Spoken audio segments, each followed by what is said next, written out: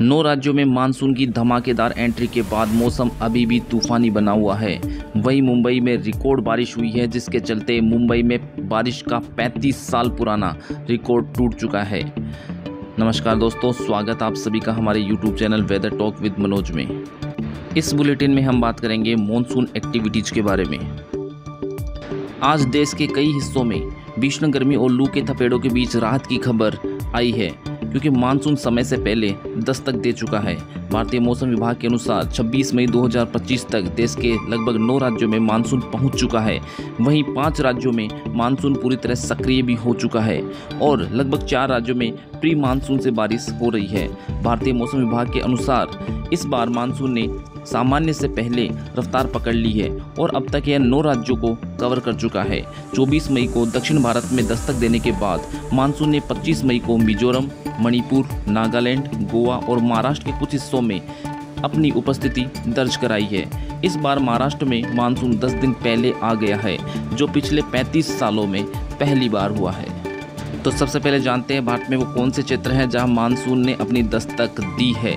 तो भारतीय मौसम विभाग के अनुसार दक्षिणी पश्चिमी मानसून ने अपनी सामान्य गति से तेज रफ्तार दिखाई है। 24 मई को केरल, कर्नाटक, तमिलनाडु के अधिकांश हिस्सों को पूरी तरह कवर करने के बाद मानसून ने 25 मई को गोवा को पूरी तरह से कवर कर लिया है और महाराष्ट्र के कुछ हिस्सों जैसे तटीय कोंकण तट और दक्षिणी मध्य महाराष्ट्र समेत पूर्वोत्तर भारत के मिजोरम, मणिपुर और नागालैंड में भी अपनी उपस्थिति दर्ज करा दी है। यह प्रगति सामान्य समय से कुछ दिन पहले हुई है, जो किसानों और आम जनता दोनों के लिए महत्वपूर्ण है।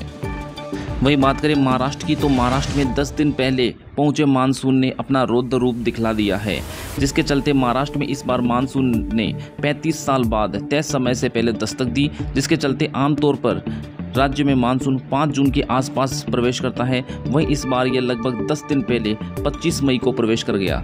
इससे पहले 1990 में मानसून 20 मई को राज्य में पहुंचा था।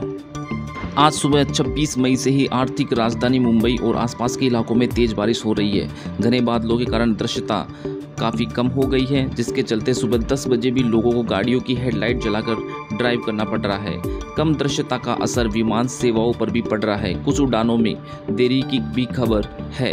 कई निचले इलाकों में जलभराव की स्थिति बन गई है, जिससे ट्रैफिक जाम की समस्या भी उत्पन्न हो रही है। वहीं बात करें तो पुणे में बादल फटने की खबर भी आई है, जिससे चलते तबाही का मंजर देखने को मिला है। रविवार 25 मई को पश्चिमी महाराष्ट्र, खासकर पुणे और आसपास के इलाकों में मानसूनी बारिश ने कहर बरपाया, जिसके चलते पुणे सोलापुर हाईवे पर पाटस इलाके में बादल फटने की घटना हुई, जिसके चलते कई नदी नाले अचानक उफान पर आ गए। इस आकस्मिक बाढ़ में कई गाड़ियां बह गई और एक ट्रैक्टर भी पानी में डूब गया। पुणे के बारामती और इंदिरापुर तहसील में बाढ़ जैसी स्थितियां उत्पन्न हो गई है, जहां लगभग 200 घरों में पानी घुस गया है। स्थिति की गंभीरता को देखते हुए एनडीआरएफ की 2 टीमों को बचाव और राहत कार्य के लिए तैनात भी किया गया है। एक तरफ जहां महाराष्ट्र में मानसून का रौद्र रूप देखने को मिल रहा है, वहीं उत्तर प्रदेश में ही यह राहत लेकर आया है।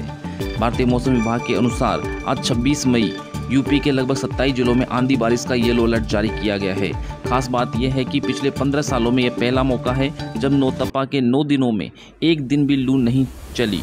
नौतपा के पहले ही दिन 25 मई को ही प्रदेश के लगभग 20 जिलों में जोरदार बारिश दर्ज की गई, जिससे तापमान में गिरावट आई है और लोगों को भीषण गर्मी से राहत मिली है। भारतीय मौसम विभाग के अनुसार पिछले 24 घंटों में देश के विभिन्न हिस्सों में कई गतिविधियां देखने को मिली है, जिसमें केरल, तटीय कर्नाटक, गोवा, कोंकण क्षेत्र, महाराष्ट्र, असम, मेघालय, अरुणाचल प्रदेश, नागालैंड, मणिपुर, मिजोरम और त्रिपुरा जैसे क्षेत्रों में भारी बारिश दर्ज की गई है। साथ ही साथ इन क्षेत्रों में भूस्खलन और निचले इलाकों में जल भराव की चेतावनी भी दी गई है।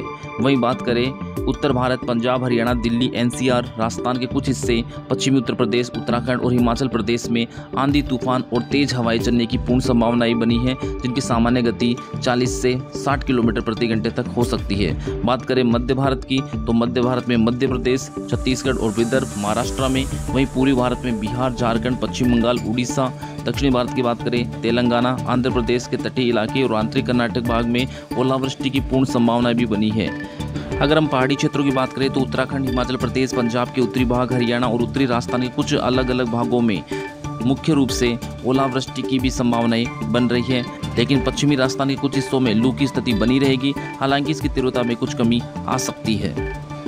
मानसून की समय से पहले दस्तक ने देश के मौसम पैटर्न में एक महत्वपूर्ण बदलाव लाया है। जहां यह कई क्षेत्रों के लिए राहत लेकर आया है, वहीं कुछ इलाकों में भारी बारिश और बाढ़ ने चुनौतियां भी खड़ी की है। नागरिकों को सलाह दी जाती है कि वे भारतीय मौसम विभाग के नवीनतम मौसम अपडेट और चेतावनियों पर ध्यान दें, खासकर अगर वे प्रभावित क्षेत्रों में रहते हैं या यात्रा करने की योजना बना रहे हैं। आंधी तूफान और भारी बारिश के दौरान आवश्यक रूप से बाहर निकलने से बचें और सुरक्षित स्थानों पर रहे। आज की बुलेटिन में इतना ही। मौसम से जुड़ी खबरें जानने के लिए बने रहिए हमारे साथ वेदर टॉक विद मनोज में। नमस्कार।